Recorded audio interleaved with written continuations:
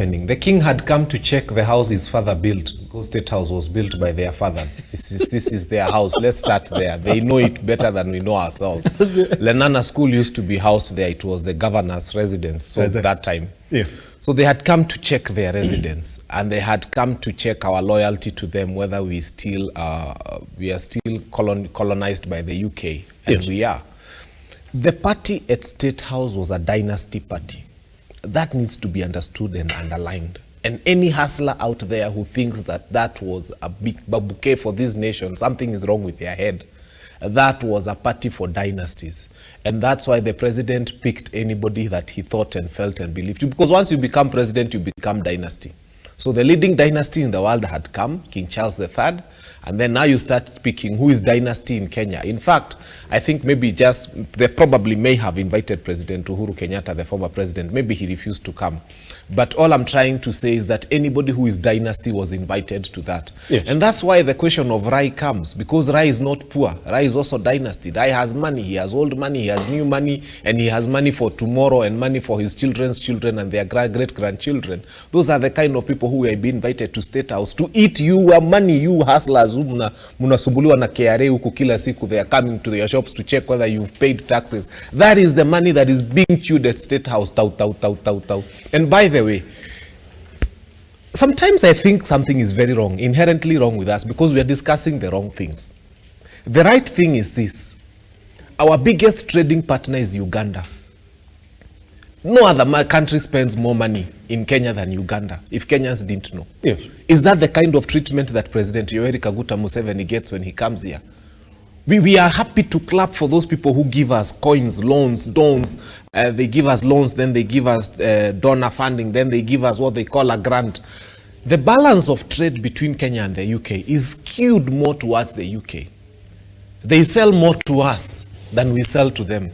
So that if we sell to them a kg of coffee at 150 shillings or 100, right now coffee is even actually below 100 shillings per kilo, they return to us Nescafe and another one I don't know called Dormans. A small sachet like this is 10 shillings. So they end up selling to us the same kilo of coffee at 5, 6, 10,000 times the price that we sold it to them for, because they go and dilute it with other stuff and then it is repackaged and sold to us. How inherently stupid are we?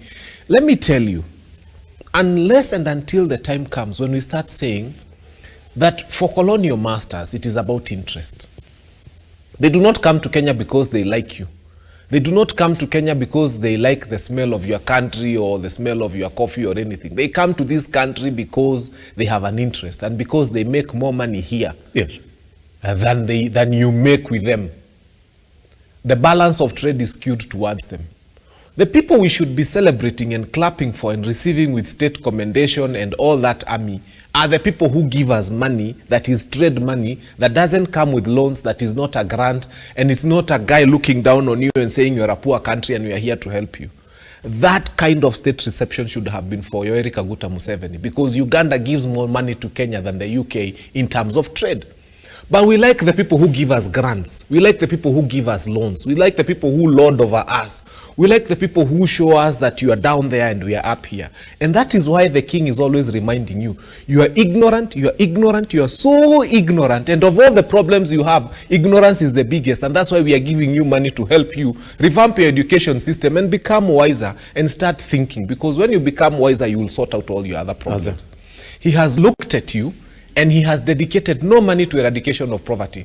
He has dedicated no money to eradication of disease. He has dedicated money to eradication of ignorance. Because another 7 million of you, yes, will queue again in 2027 and tell you that dynasties are bad.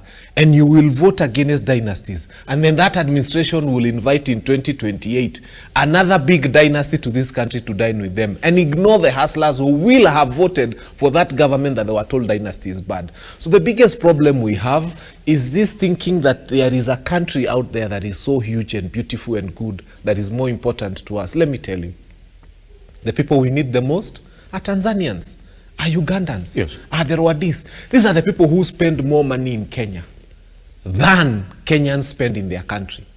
These are the people we should be clapping for. These are the people we should be inviting and giving first priority. And who should be invited in that bouquet?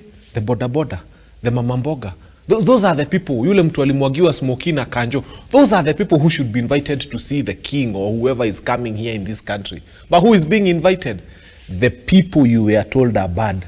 The people you were told are dynasties. In fact, mwenye ulipelekwa Bondo, si mulikuwa mnavote mpeleke Raila Bondo. I think State House iko Bondo. We need to wake up as a country and start using our brains. That's it. Pretty much. Castro, here's the thing. I want us to take a tiny breather, gentlemen, so that we move away from this